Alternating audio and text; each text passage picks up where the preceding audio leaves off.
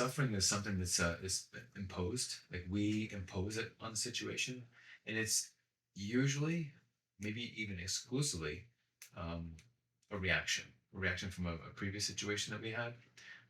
A subconscious, it touches something in our psyche that unconsciously reminds us of something, but viscerally we have a reaction as if the same situation is happening in front of our eyes, Yeah. and we react to it. So this is what causes the Patterns or suffering. something. Yeah. We project an image on the situation, and sometimes for some people it can be conscious. They can say, "Well, when you come to say it like that, it's like my mother's coming to me and saying something."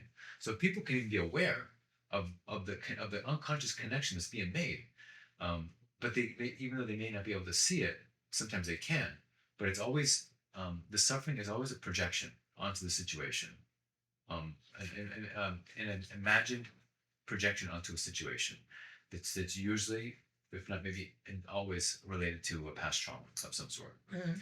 So the goal, if you want to say it, one goal of enlightenment is to be beyond any projection of suffering on all levels. When something happens, it happens, and that's it. And you can see a good example with animals. I did mention earlier that animals are like a lower species than humans, but they're lower not because they're less than.